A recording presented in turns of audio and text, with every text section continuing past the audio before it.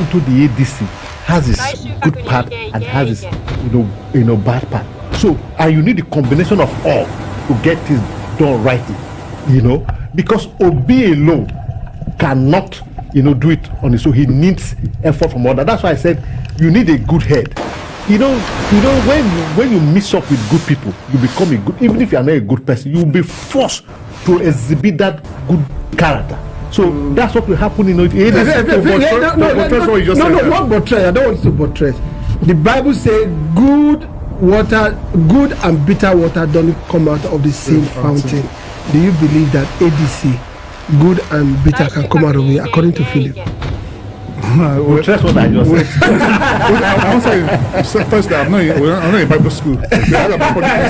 And they made me say last time, if they were wiser than they were last time over one election, they were doing exclusiveness. These people are dirty, we are clean. Therefore, this is politics. You need everybody to see. It goes beyond voting. People need to guarantee those results. People need to put people to watch over those results. They were not having those people. They felt those people that could have done that. They were dirty. Their hands were stained. This is politics we are doing. In everybody on board. See, in politics, there's negotiation, there's concession. You must concede something. But what is paramount? What are you conceding? Are you willing to concede the soul of this country? That is where it gets bad. See Trump, see Elon Musk. The Musk had Trump, drought. But there were concession. There was something we considered to Elon Musk. That is politics. As long as you do not concede the soul of this country to their hands, we're okay with it. All right, because you cannot do anything outside the office. All right. Those changes you want to do, you can only do them when you're in the office. All right, 1990.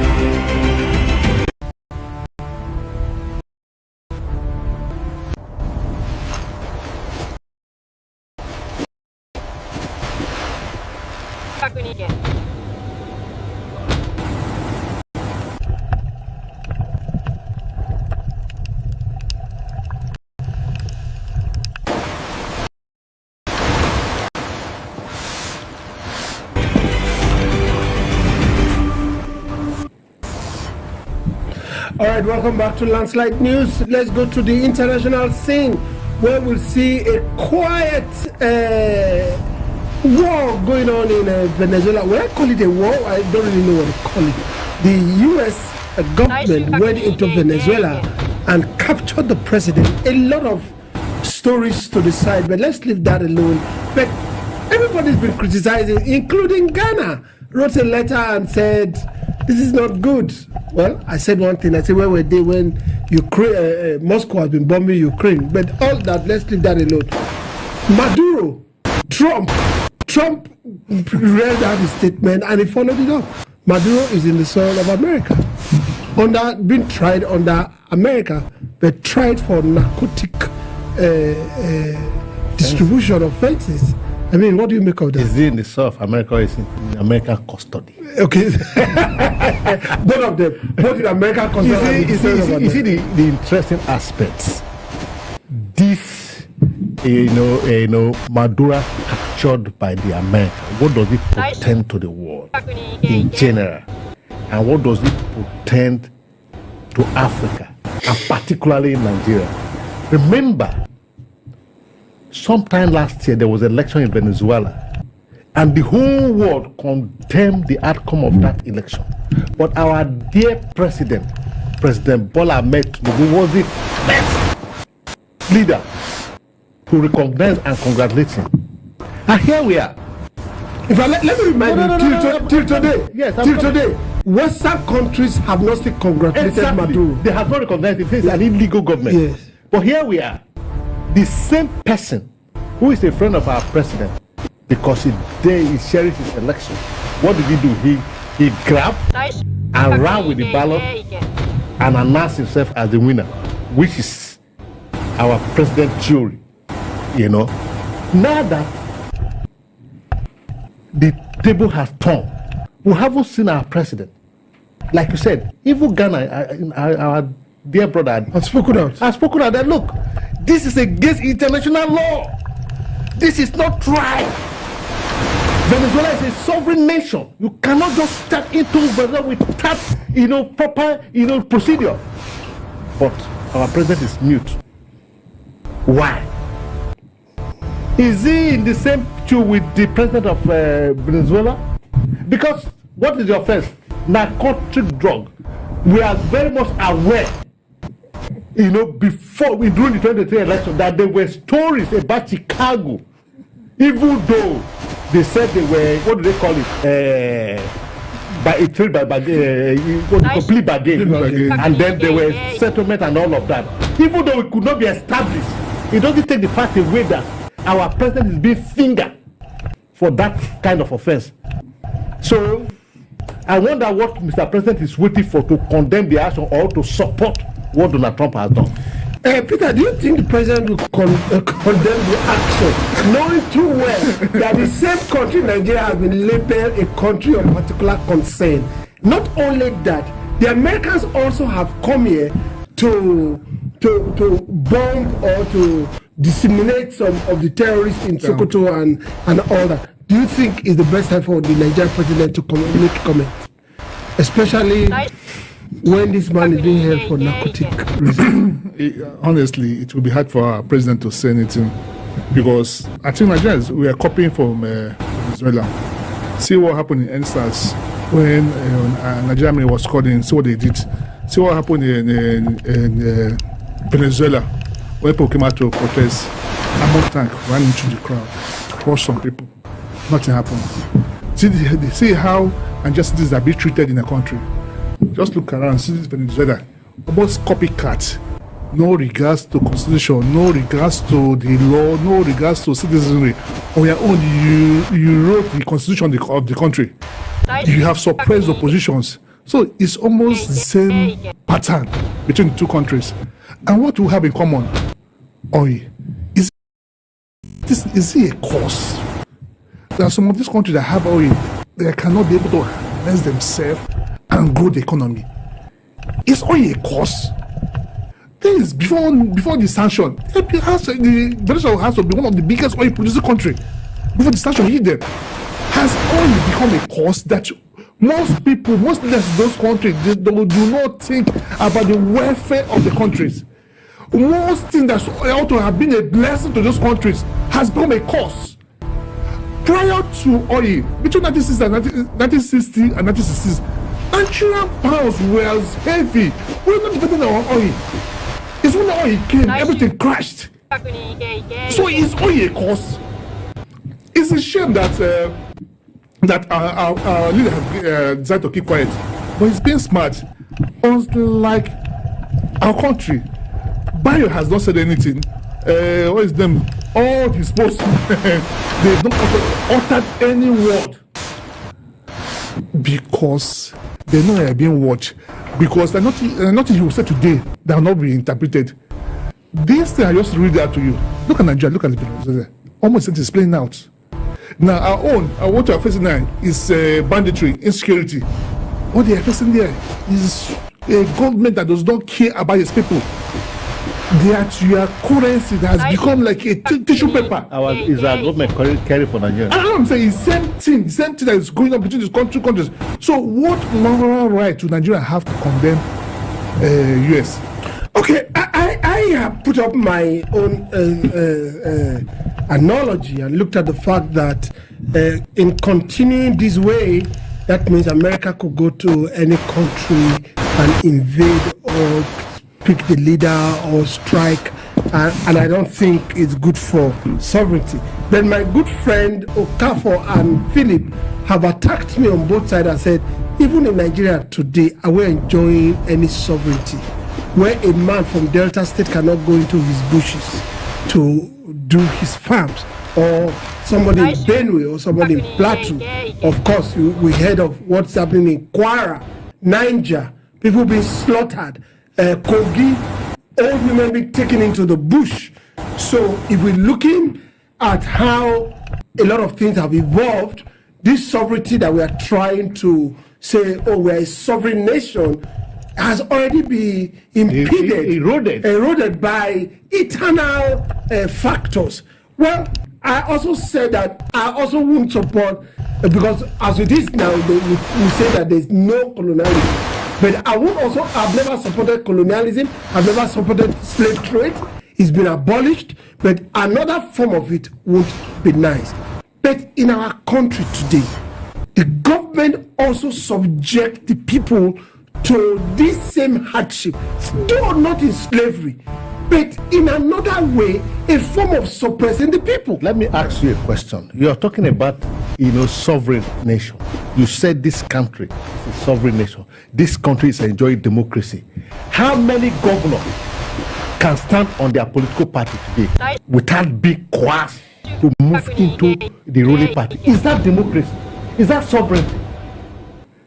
It's a society where you cannot think of contesting an election and win from another political party except you join the ruling party. Is that democracy?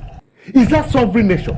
A country where your naira cannot buy you, a piece of bread to eat. Is that a democracy? Today we are faced with new tax reform that will be taxed for 25% of your income. They said, oh, we are not going to tax you, 800 if your salary is within 800,000, we're not going to tax you. But if you earn more than 800,000, we'll tax you. Take for instance, your salary, your monthly salary is 2 million naira. So annually, your salary will be 24 million naira. When you subtract 800,000, you have 23 million 200,000. If you do 25% of that tax, you are going to be paying 5 million naira plus. You won't pay 5 million naira to the federal government for what? You were aware that people who travel to British, they could not, people between Abuja and Lokoja, people slept on the road for 3 days. Between Lagos and Benin. What is sovereignty? Is it not better for us to be colonized so that we can enjoy life? When the colonial matter were here, we're having rain that we're walking from Enugu to Port Harcourt and to Maiduguri. We have road that we can use. But now we have the so-called independence and democracy and sovereignty. We don't have a road to fly. And you are talking about sovereignty?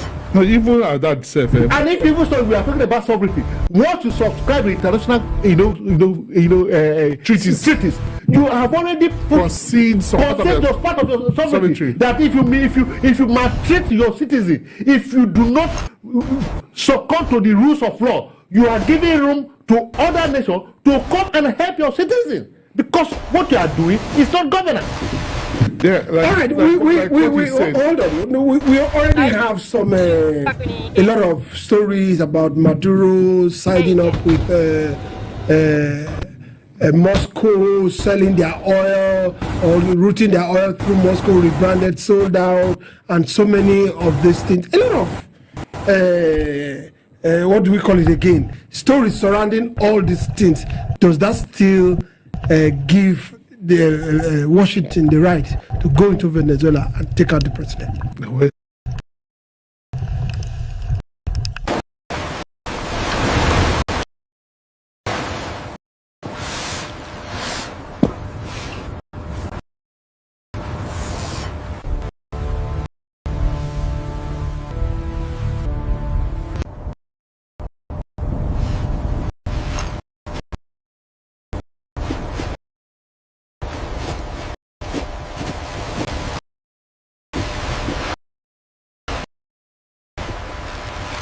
最終確認いけいけいけ。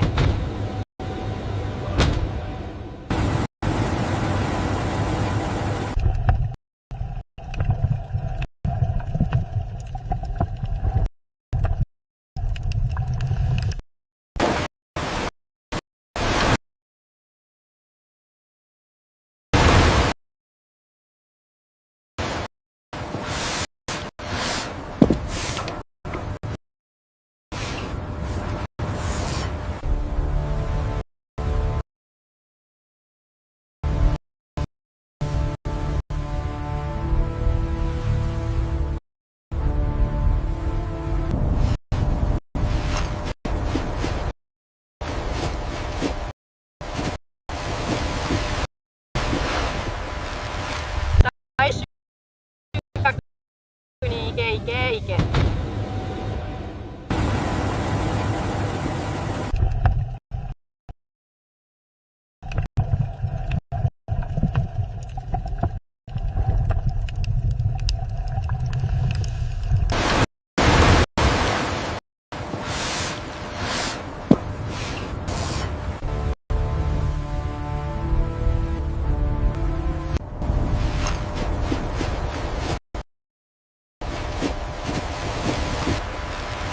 最終確認。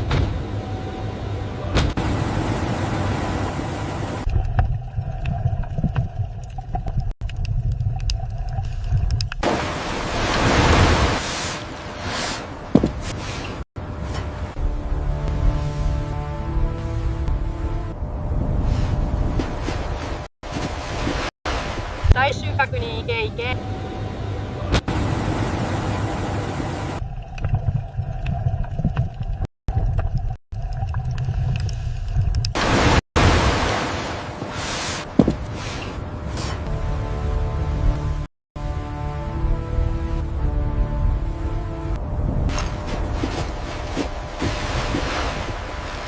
いけいけいけ。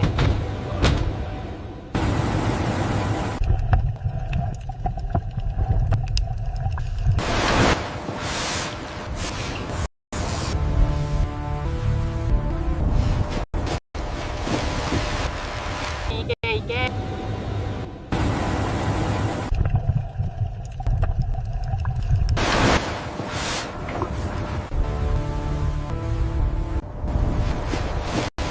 最終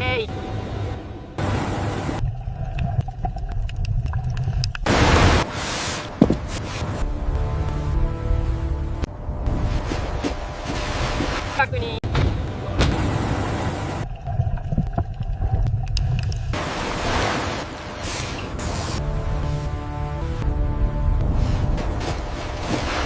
最終いけ。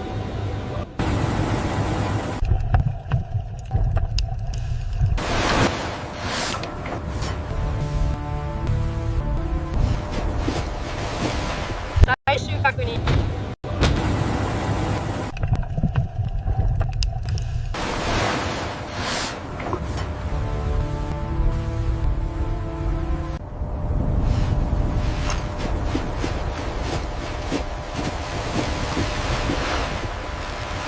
最終確認いけいけいけ。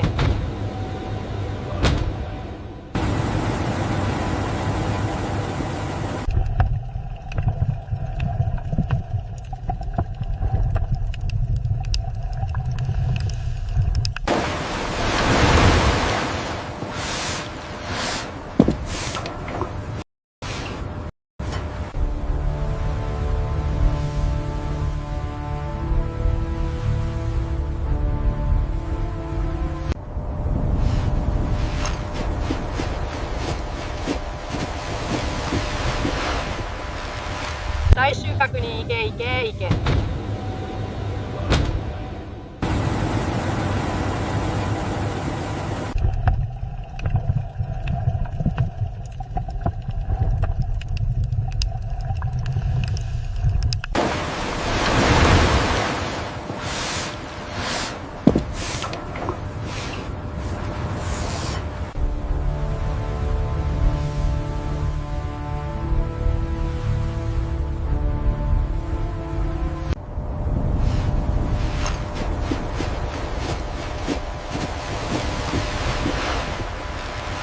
最終確認。いけいけいけ。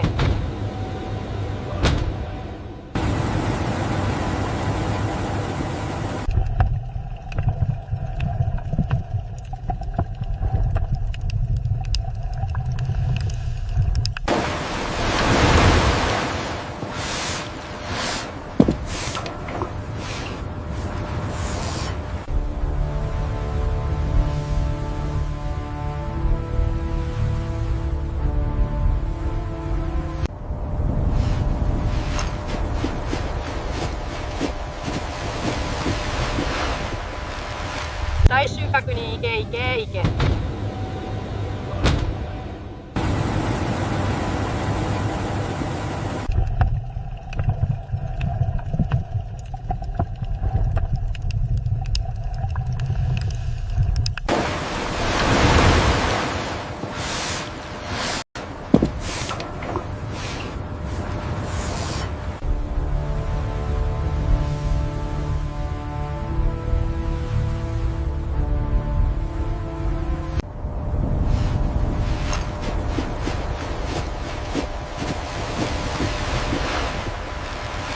最終確認。いけいけいけ。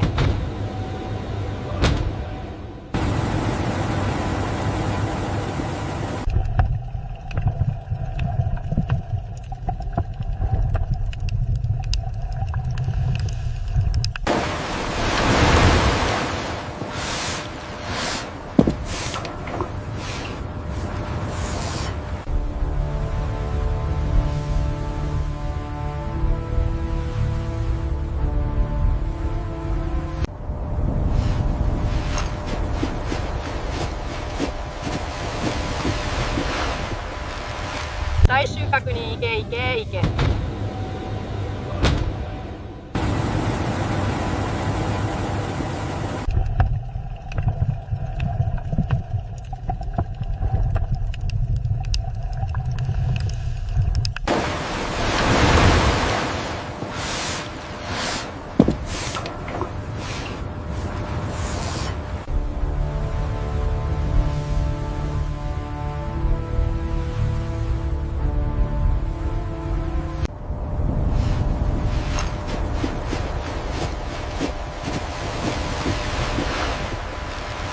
最終確認。いけいけいけ。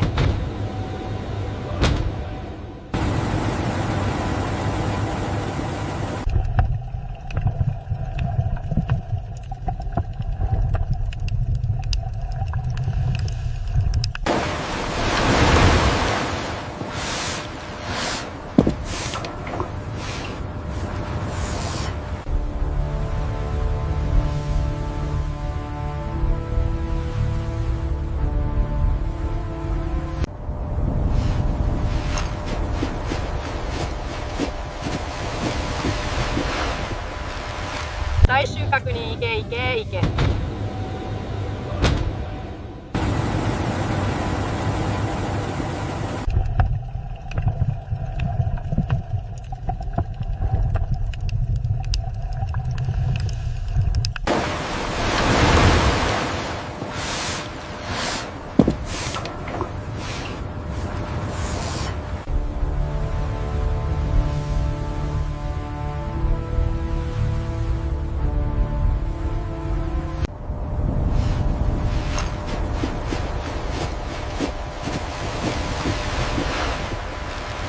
最終確認。いけいけいけ。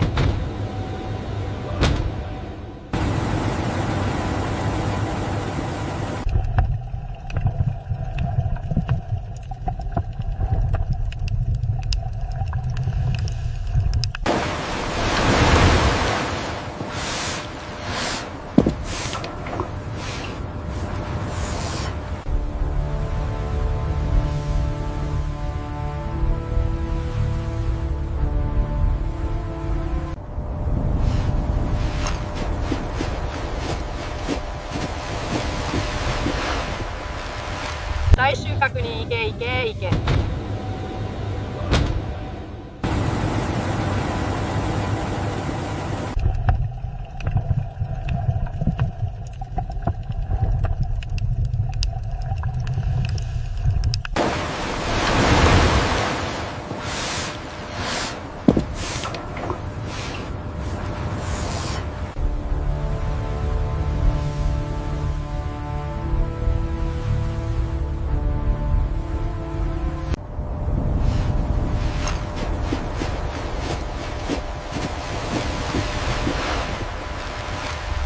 確に行け行け行け。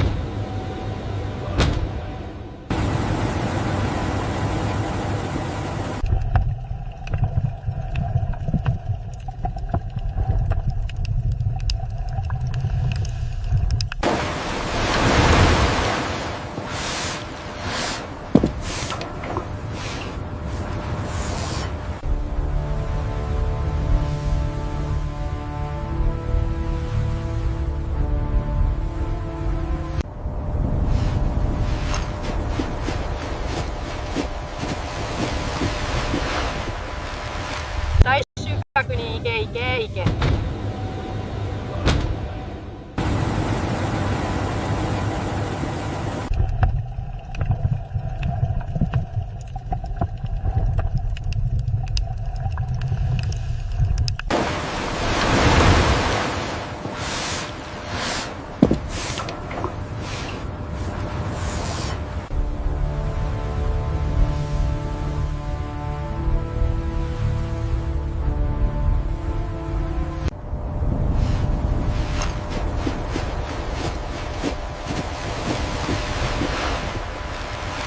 最終確に行け行け行け。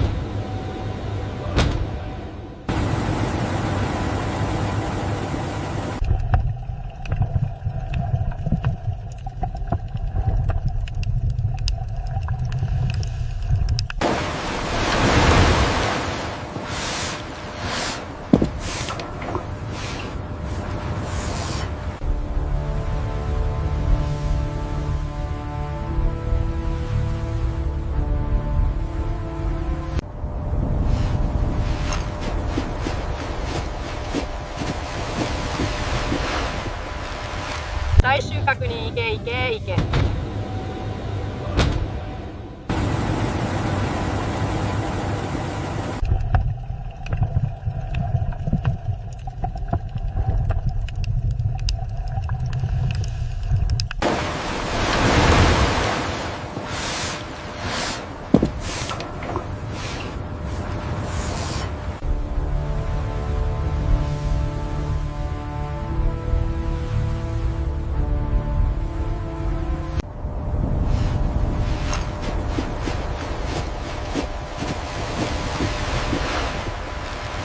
最終確に行け行け行け。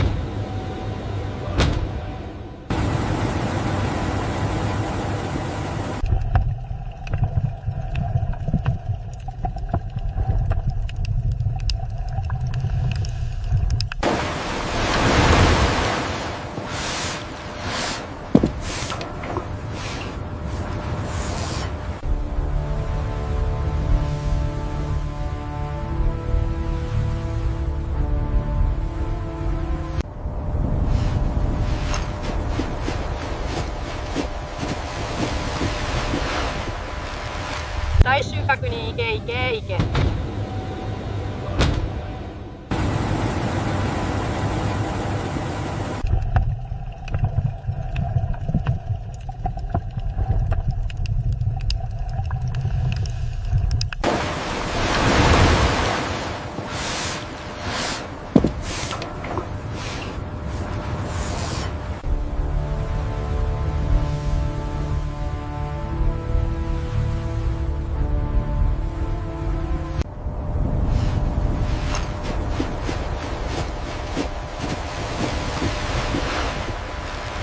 最終確に行け行け行け。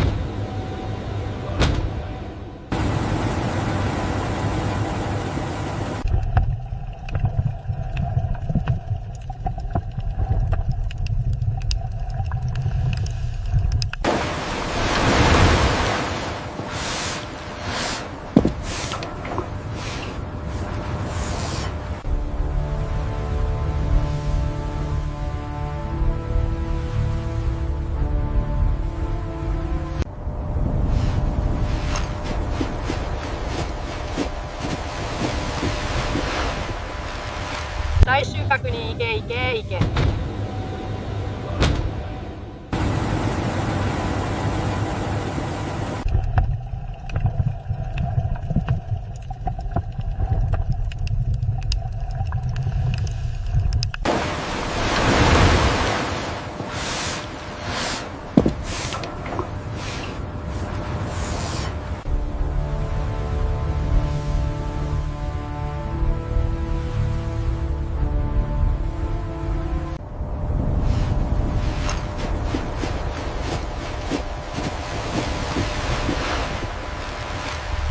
確に行け行け行け。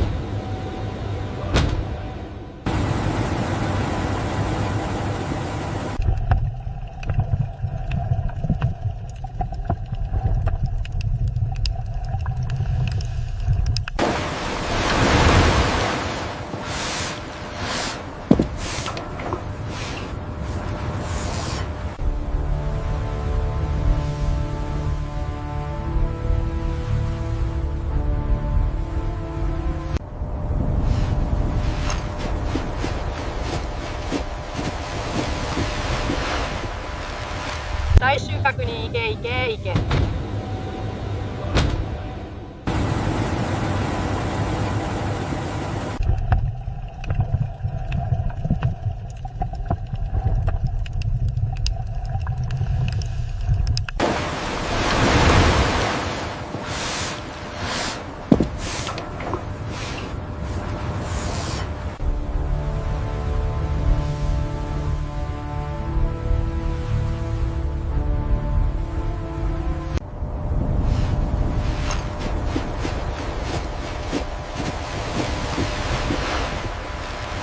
最終確に行け行け行け。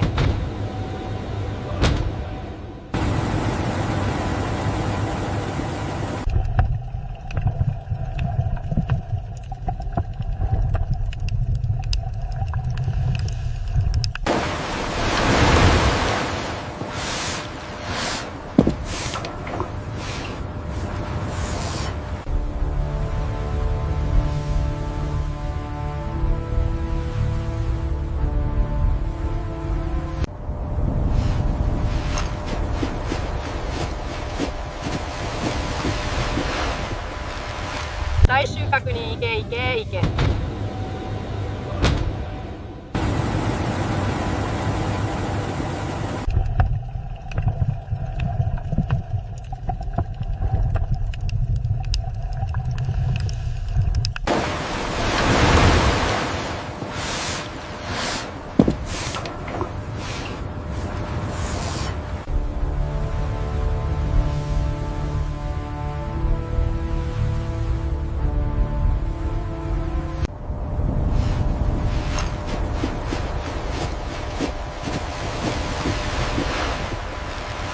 最終確に行け行け行け。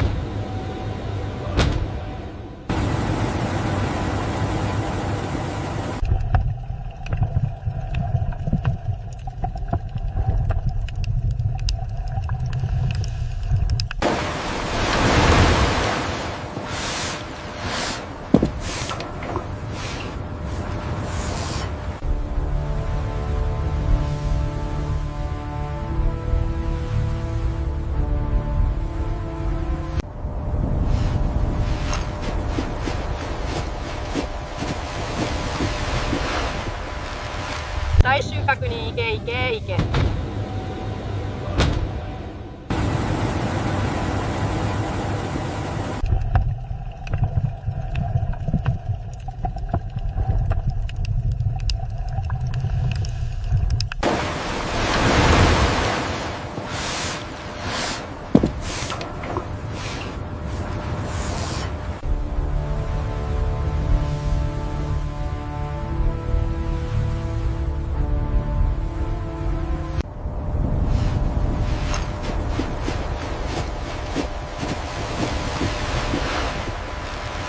最終確に行け行け行け。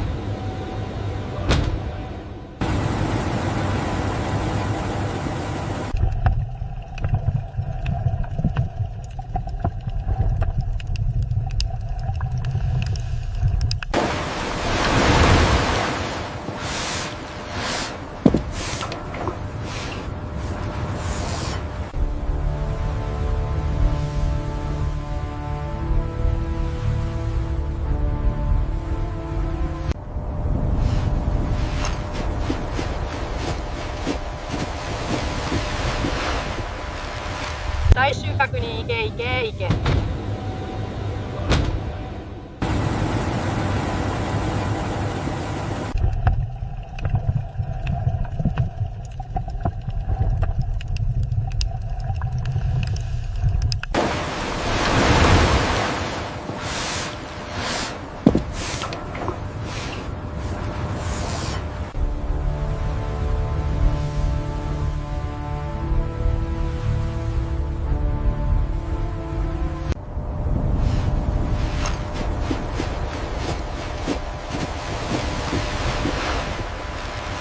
大収穫に行け行け行け。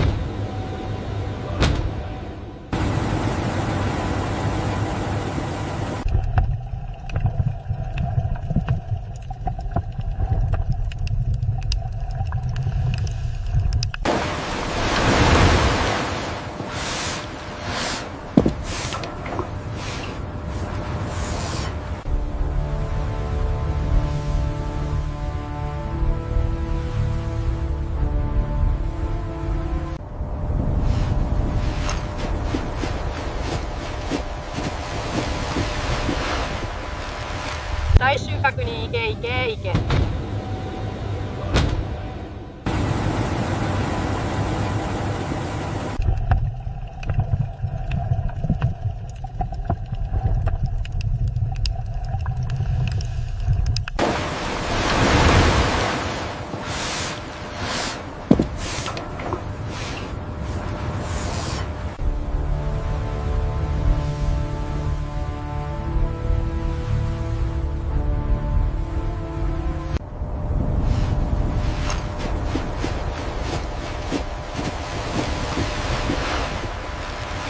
大収穫に行け行け行け。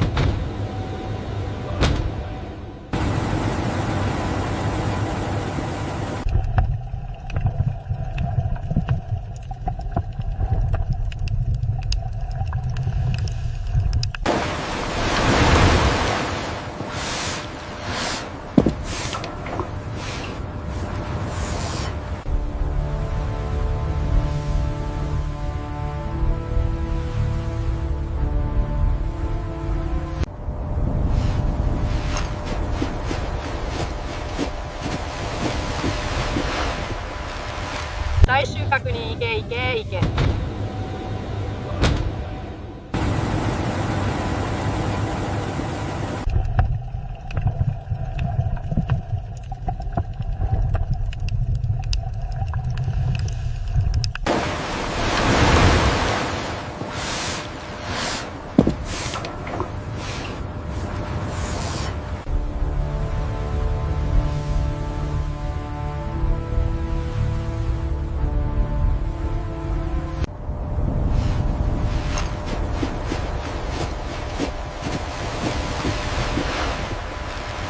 大収穫に行け行け行け。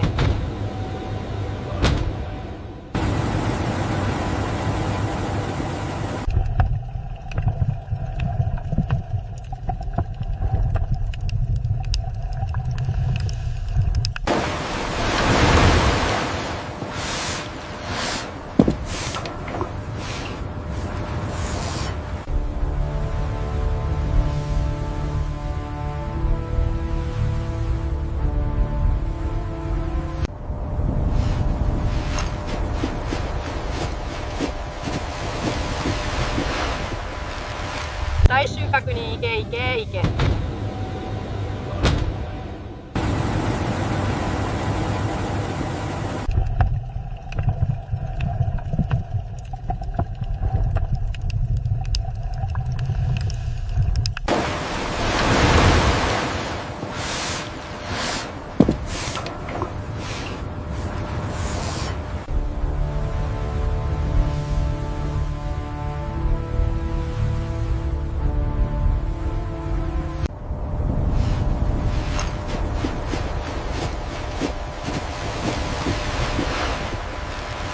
大収穫に行け行け行け。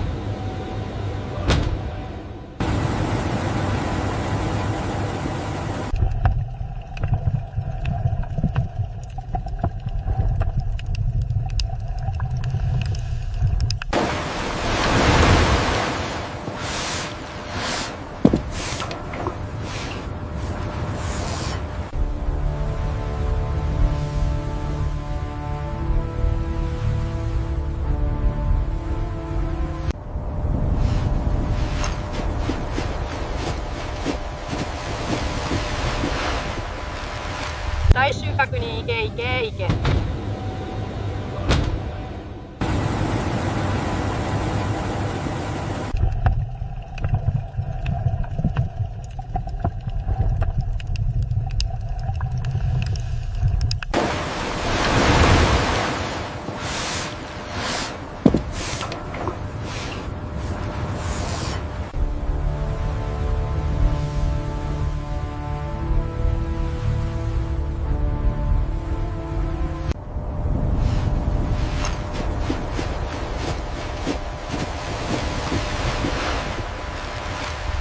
確に行け行け行け。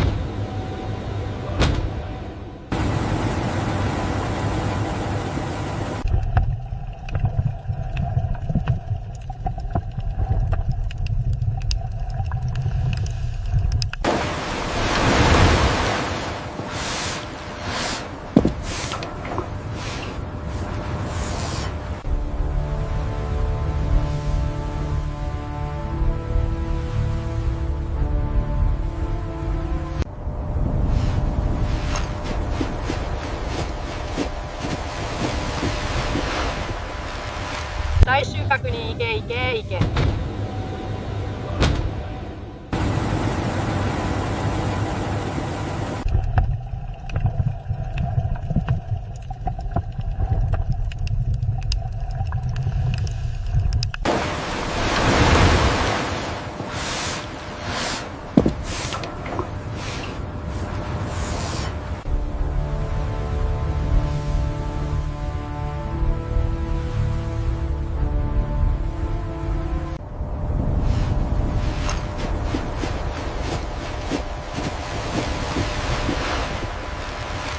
最終確認行け行け行け。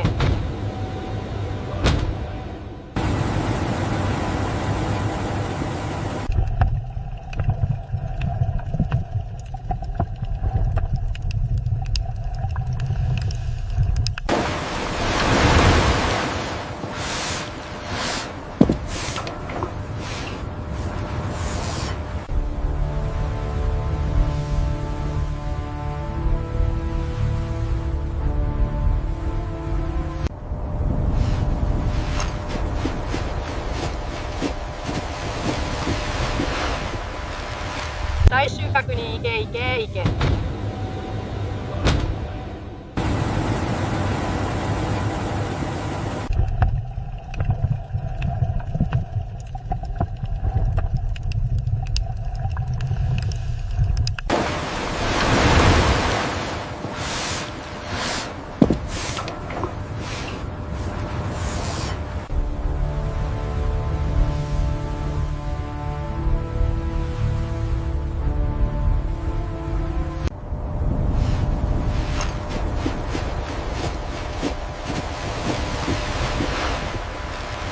最終確認行け行け行け。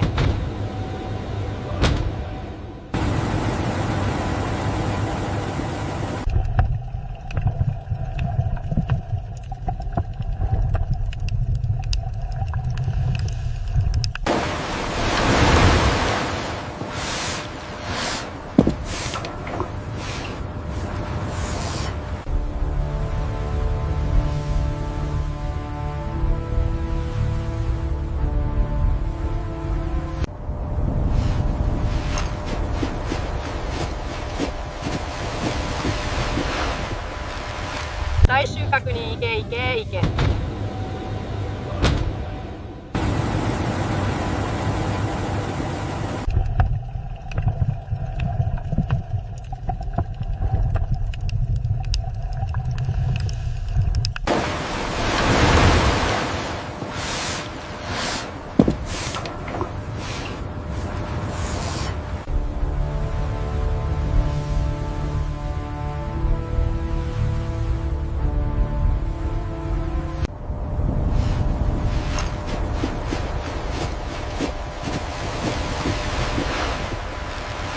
最終確認行け行け行け。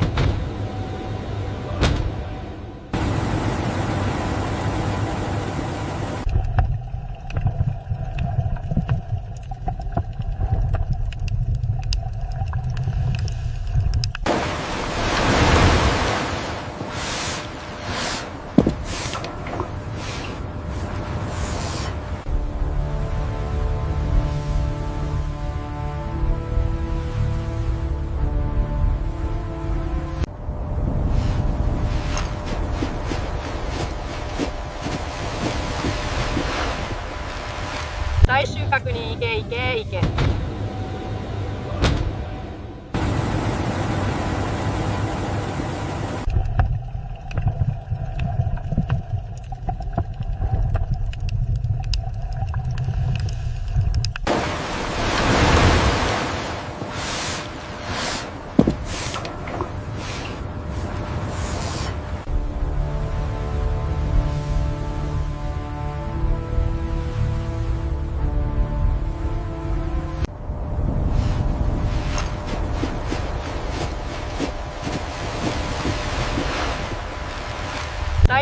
に行け行け行け。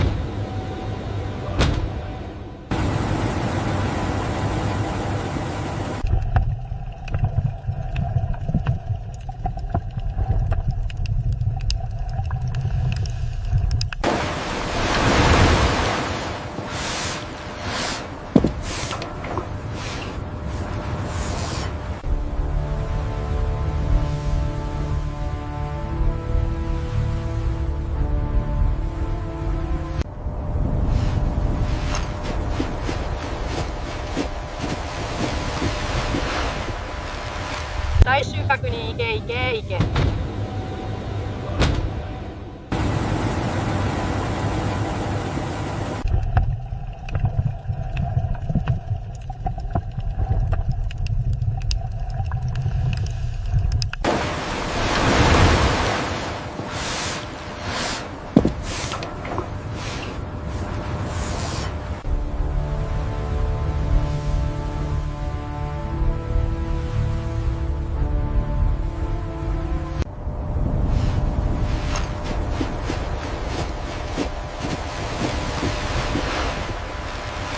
大収穫に行け行け行け。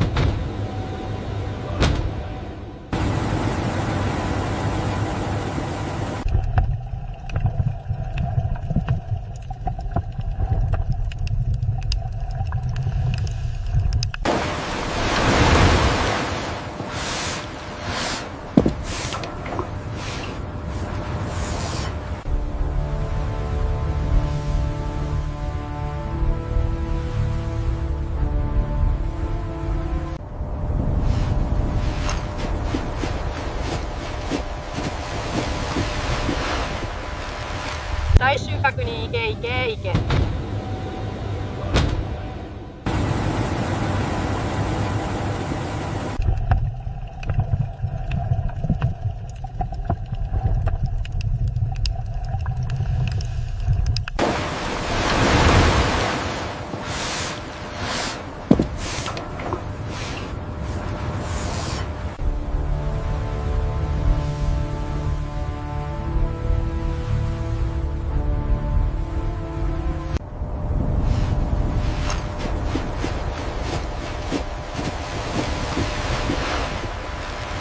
大収穫に行け行け行け。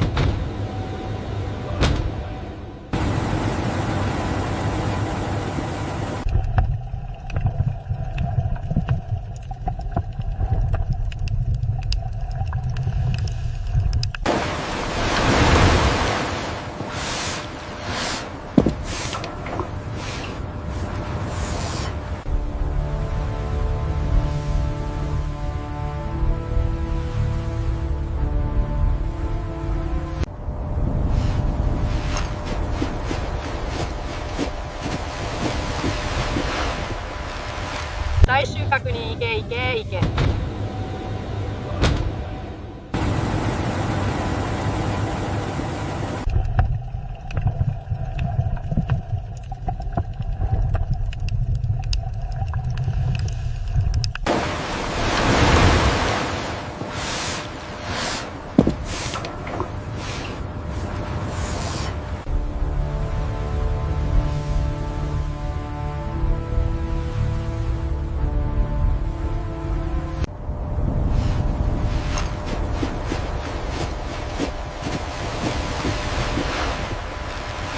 大収穫に行け行け行け。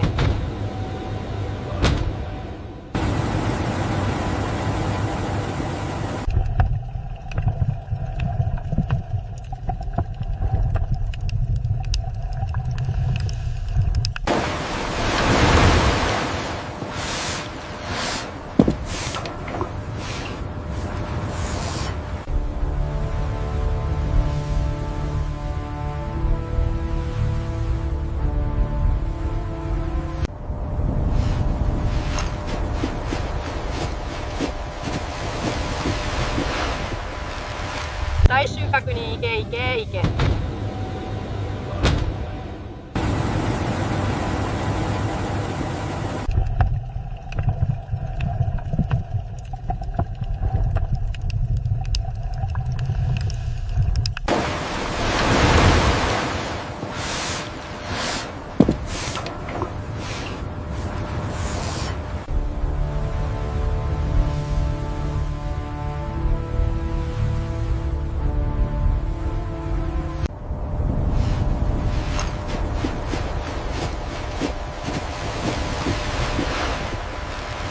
最終確認行け行け行け。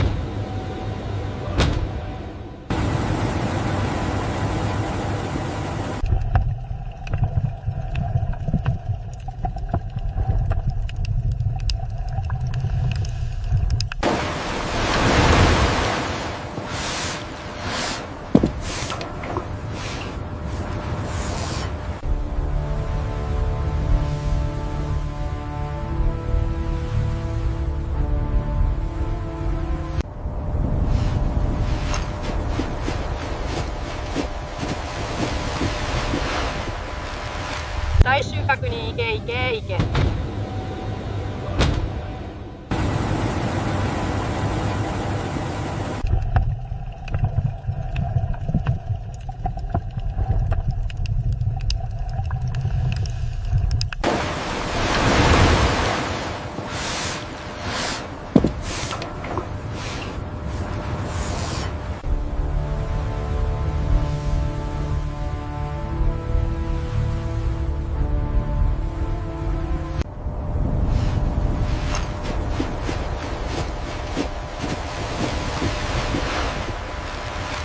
最終確認行け行け行け。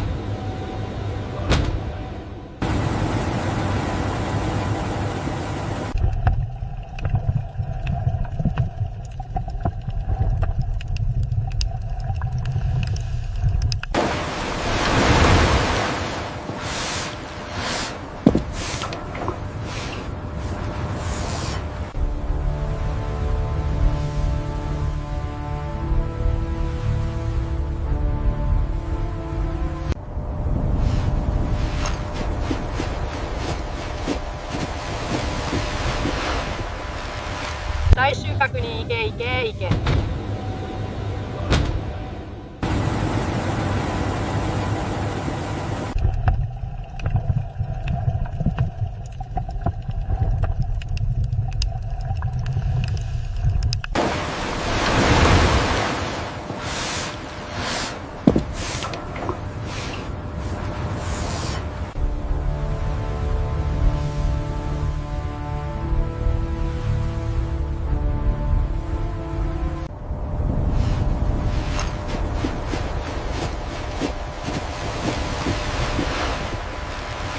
最終確認行け行け行け。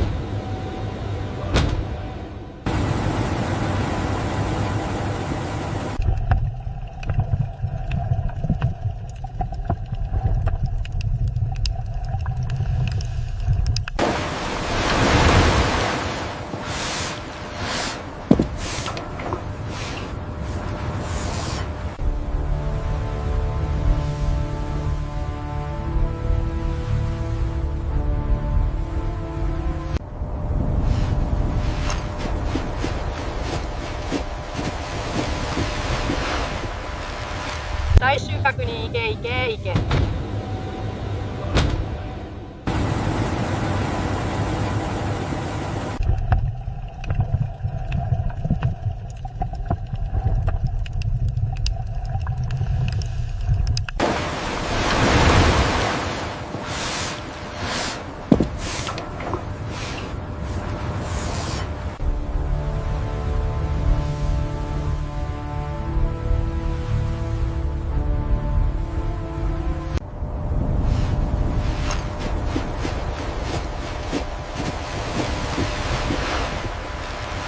最終確認行け行け行け。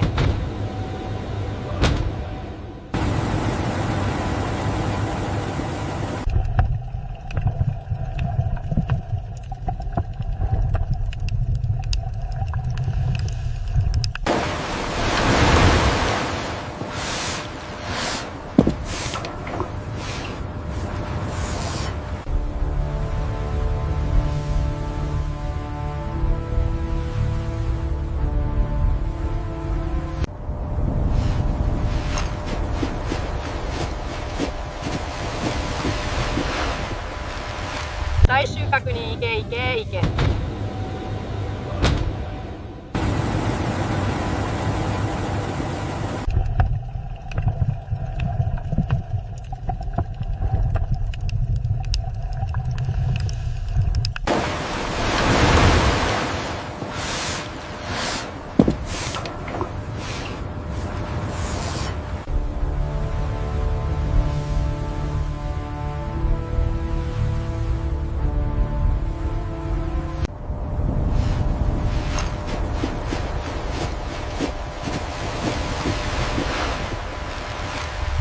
確認行け行け行け。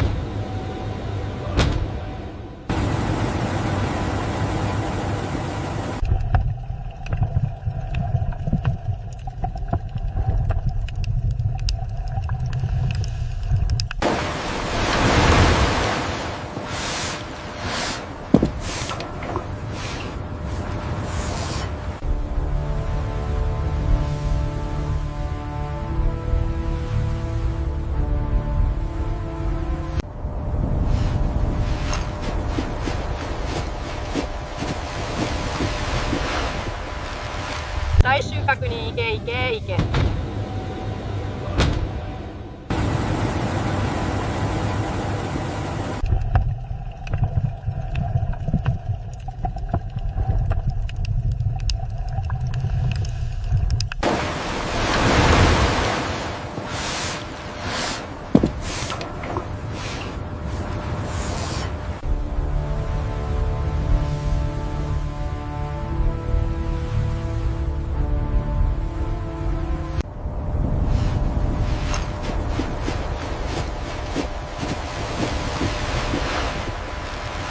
最終確認行け行け行け。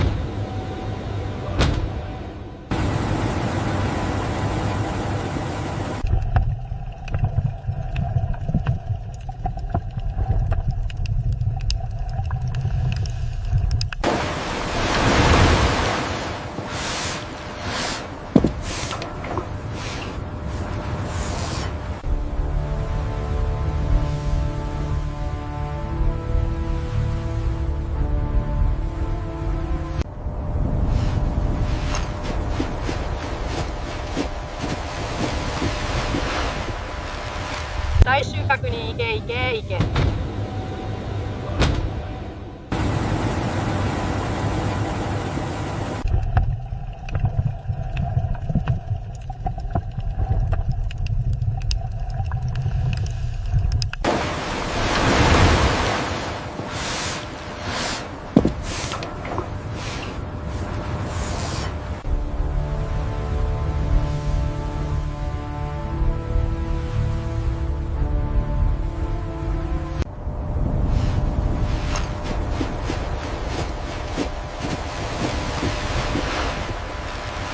最終確認行け行け行け。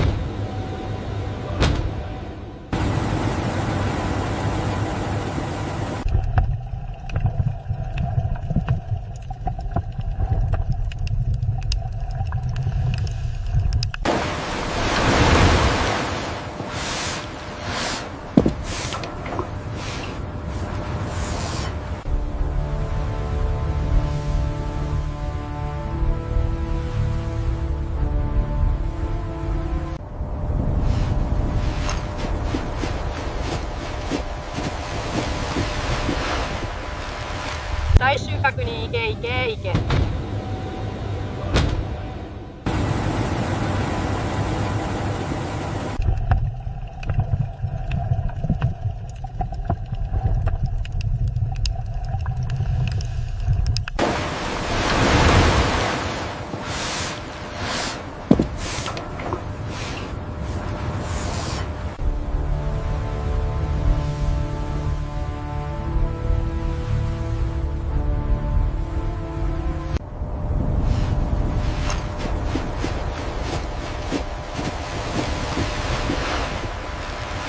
最終確認行け行け行け。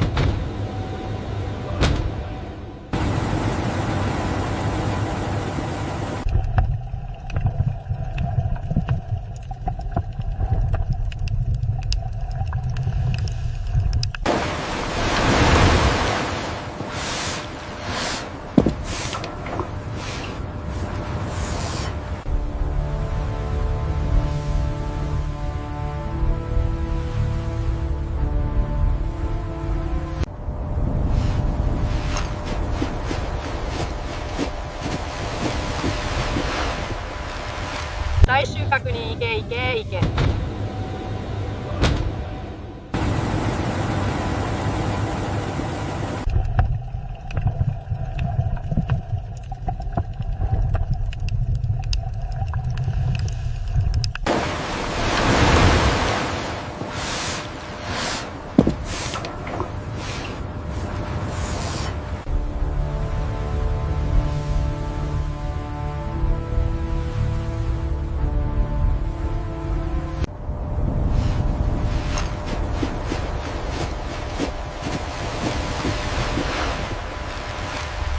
確に行け行け行け。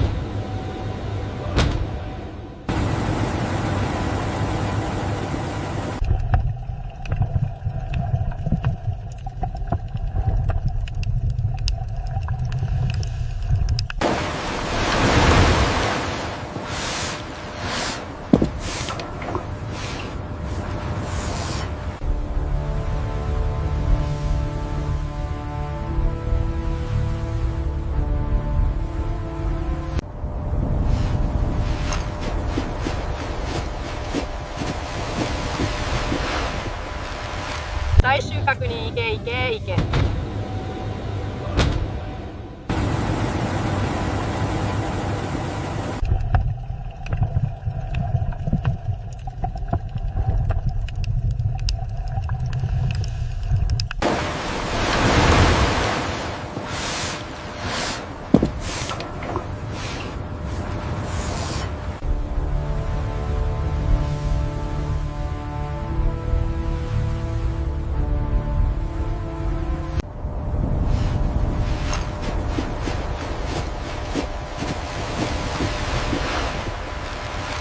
最終確認行け行け行け。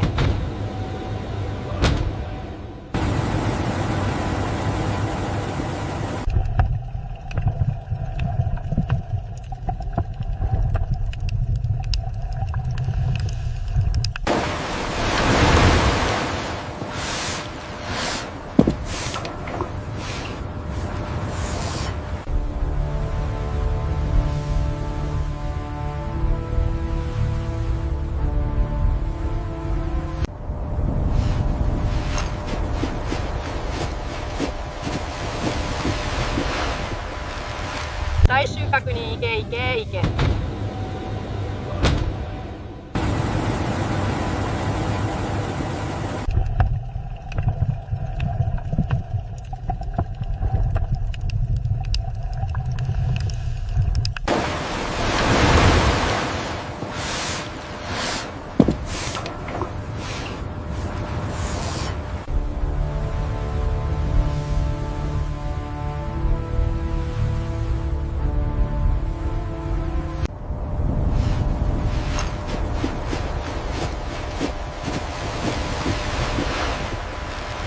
最終確認行け行け行け。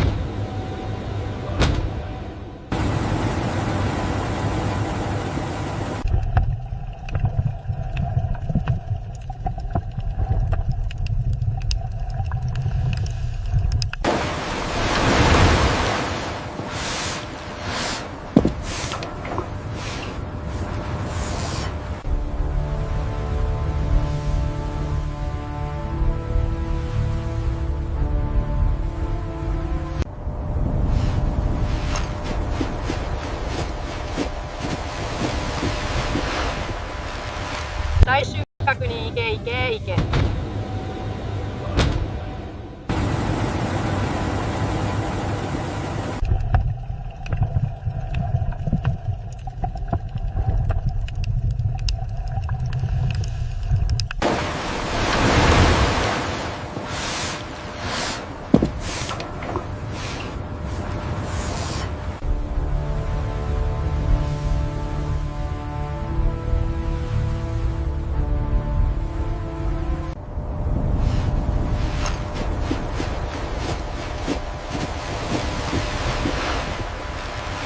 最終確認行け行け行け。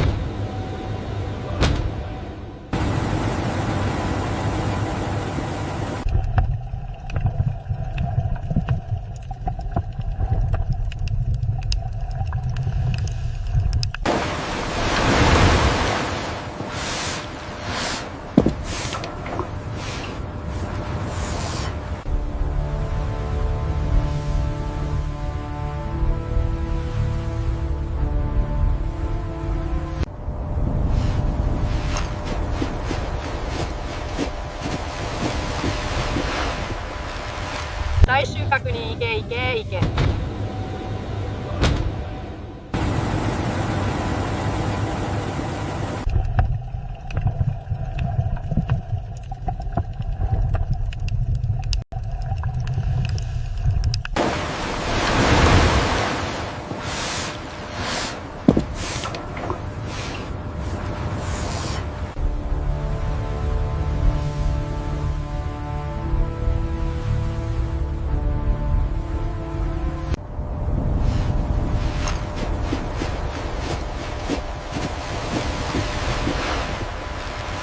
最終確認。いけいけいけ。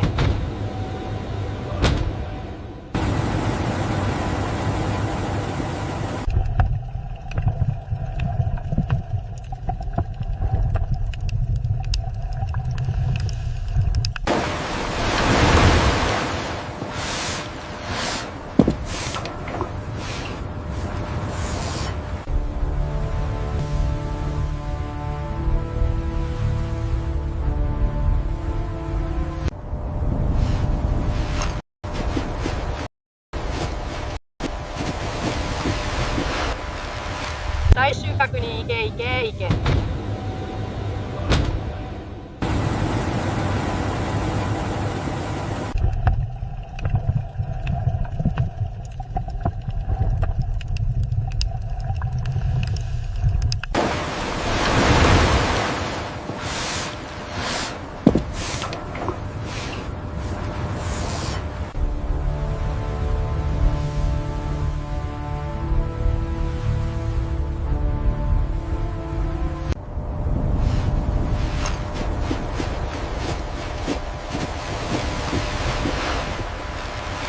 最終確認。いけいけいけ。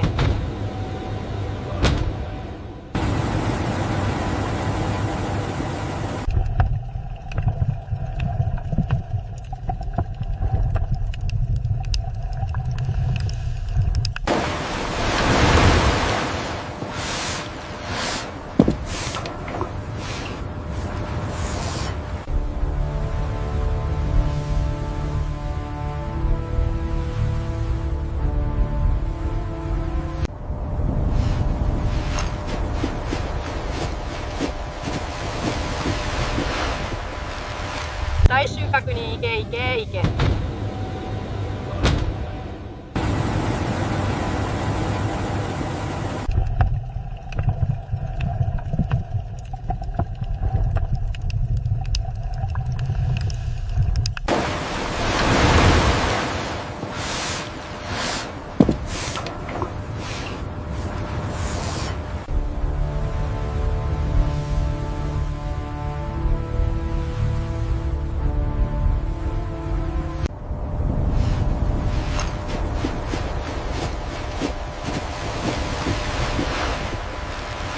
最終確認。いけいけいけ。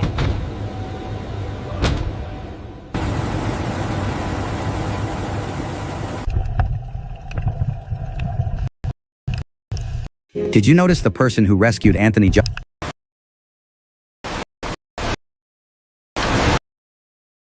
Joshua after his serious car accident? One of his actions revealed why Anthony survived.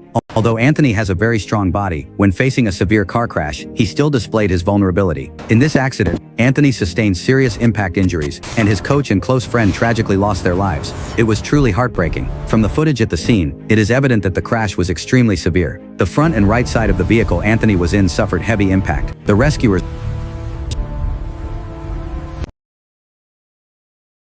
only managed to get Anthony out after removing the car door.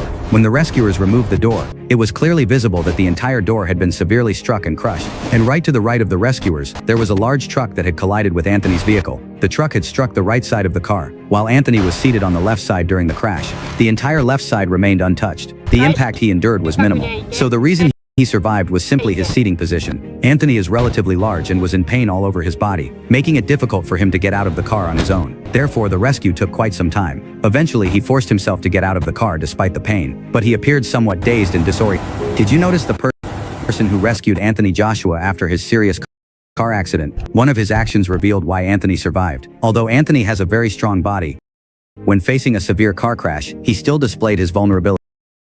In this accident, Anthony sustained serious impact injuries, and his coach and close friend tragically lost their lives. It was truly heartbreaking. From the footage at the scene, it is evident that the crash was extremely severe. The front and right side of the vehicle Anthony was in suffered heavy impact. The rescuers only managed to get Anthony out after removing the car door. When the rescuers removed the door, it was clearly visible that the entire door had been severely struck and crushed. And right to the right of the rescuers, there was a large truck that had collided with Anthony's vehicle. The truck had struck the right side of the car, while Anthony was seated on the left.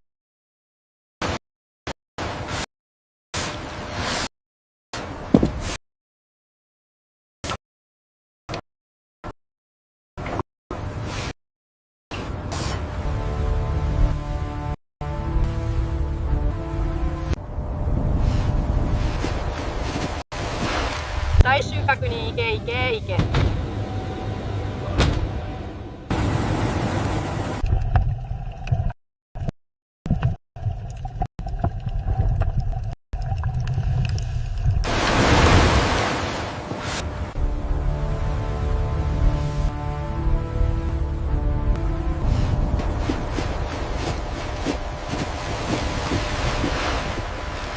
いけいけいけ。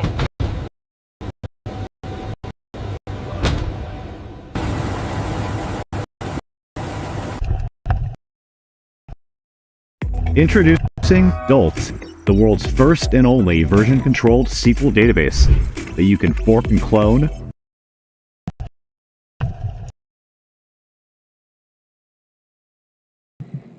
Philip.